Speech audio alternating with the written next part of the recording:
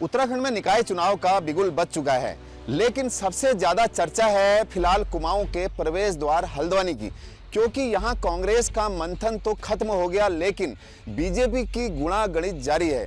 BJP में मजबूत दावेदारों की लिस्ट तो सभी को पता है, लेकिन प्रत्याशी कौन होगा ये अभी तक साफ नहीं हुआ है।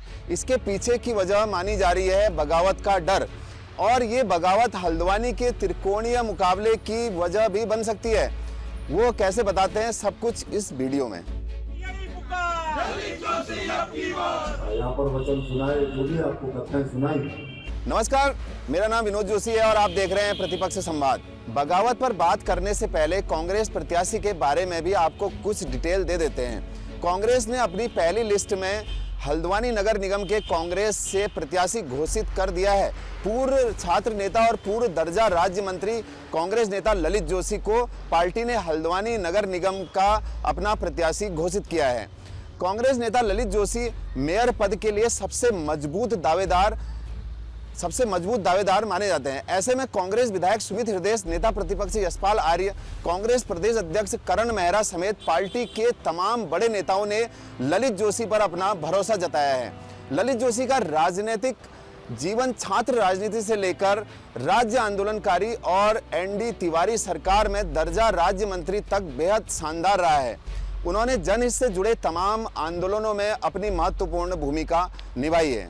लेकिन बीजेपी आखिर किस जोड़ तोड़ में फंसी है जो अभी तक नाम अनाउंस नहीं किया। भाजपा की ओर से नगर निगम हल्द्वानी में अब तक मेयर प्रत्याशी घोषित नहीं करने के पीछे 3 दिग्गजों की दावेदारी को माना जा रहा है।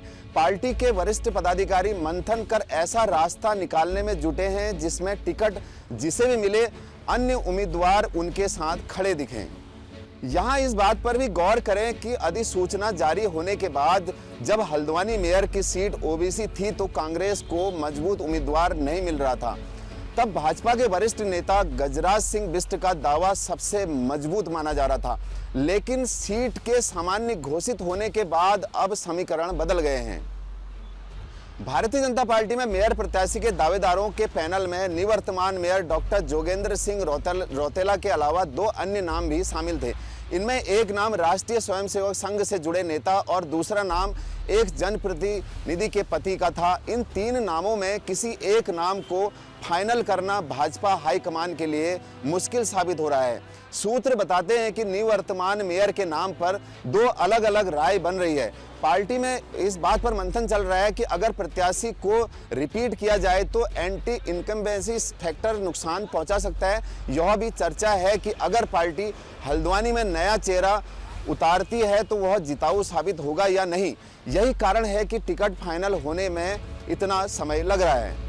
वहीं गजराज बिष्ट पहले भी कई बार बगावती तेवर दिखा चुके हैं। एक बार फिर वो बीजेपी के लिए मुश्किल बन सकते हैं। सोशल मीडिया पर भी गजराज के समर्थकों ने उनके लिए आवाज बुलंद करना तेज कर दिया है। हल्द्वानी सीट के समीकरण बदलने के बाद भी वह कहते हैं कि चाहे कुछ भी हो जाए वो वापस मुड़कर नहीं देखेंगे। ऐसे में उनके अगले कदम से बीजेपी भले ही कोई डर नहीं दिखा रही है, पर अंदर खाने अब जब प्रत्याशी के नाम का ऐलान नहीं हो सका तो माना जा रहा है कि सेटलमेंट के लिए बीजेपी पूरी कोशिश में लगी है।